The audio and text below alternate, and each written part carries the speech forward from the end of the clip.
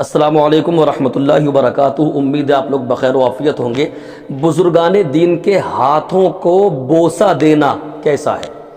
آپ نے دیکھا ہوگا کہ جب کوئی عالم دین آتا ہے یا کوئی بزرگ آتے ہیں، بزرگان دین میں سے کوئی آ جائے تو لوگ مصافحہ کر کے ان کے ہاتھوں کو چومتے ہیں۔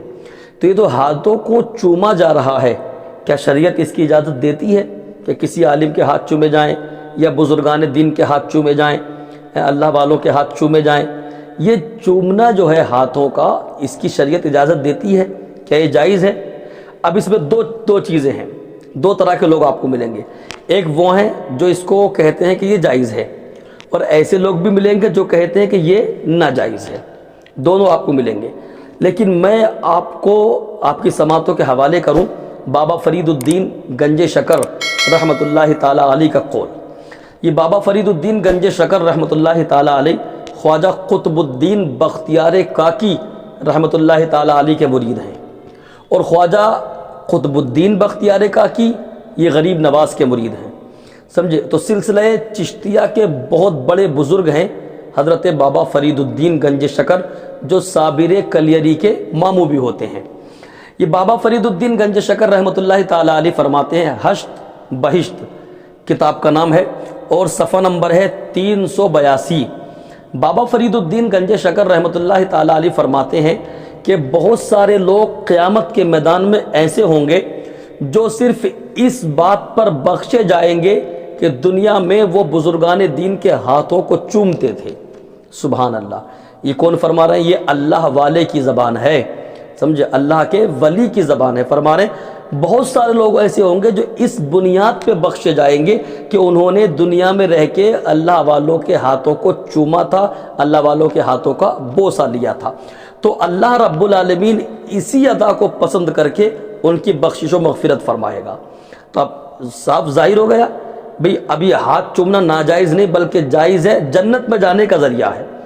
لیکن ہاتھ بھی ان کے چومے جائیں جو دیندار ہوں، سمجھے؟ جو شریعت کے پابند ہوں۔ ایسا نہیں جو آج کل کچھ پیر جو دیکھنے کو مل رہے ہیں، وہ ایک ایک انگلی میں دو دو انگوٹھیاں، سمجھے؟ اور وہ چھم چھم، اور گلے میں یہ موٹی موٹی مالائیں، ٹھیک ہے؟ نماز سے کوئی واسطہ نہیں، اور چھم چھم چھم چھم کرتے ہوئے جو ہے وہ گلیوں کے میں گھوم رہے ہیں۔ تو یاد رکھیے گا، ایسے یہ پیر نہیں ہے، یہ پیر نہیں ہے۔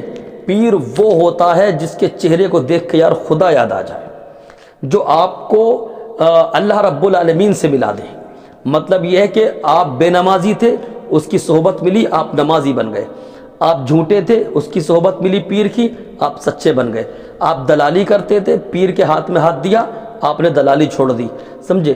تو تمام بری باتوں کو چھوڑ کے آپ نے نیک کاموں کو اپنا لیا ایک پیر کی صحبت سے، وہ پیر ہوتا ہے۔ اور جو یہ جنہیں نہ نماز سے واسطہ ہے، نہ روزے سے واسطہ ہے، نہ دینداری سے واسطہ ہے، وہ کہہ رہے بہت پہنچے ہوئے ہیں۔ ہم نے کہا ہاں پہنچے ہوئے ہیں۔ کہاں تک پہنچے ہوئے ہیں؟ یہ جہنم تک پہنچے ہوئے ہیں، یہ خود بھی جہنم تک پہنچے ہوئے ہیں اور اپنے مریدین کو، اپنے چاہنے والوں کو بھی جہنم تک پہنچائیں گے۔ پیر چنیے وہ جو شریعت کا پابند ہو، ٹھیک ہے؟ ایسا پیر ہو، بزرگان دین ہیں، ان کے ہاتھوں کو چومیں، پیروں کے ہاتھوں کو چومیں، اور ان سب سے پہلے اپنے ماں باپ کے ہاتھوں کو چومیں۔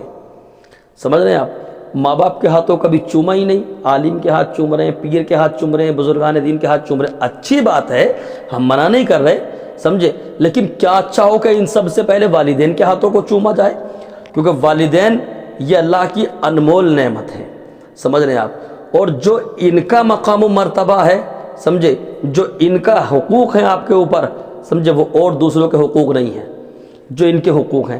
تو اس لیے ماں باپ کے ہاتھوں کو بوسہ دیں، ان کے ہاتھوں کو چومیں، ساتھ میں بزرگان دین کے ہاتھوں کو چومیں، پیروں کے، علماء کے، ائمہ کے ہاتھوں کو بوسہ دیں، تو انشاءاللہ یہ بزرگان دین کے ہاتھوں کو چومنا قیامت کے میدان میں آپ کے لیے ذریعہ نجات بنے گا۔ اللہ پاک ہم سب کو عمل خیر کی توفیق عطا کرے۔ استغفر اللہ ربی من کل ذنب و اتوب الیہ۔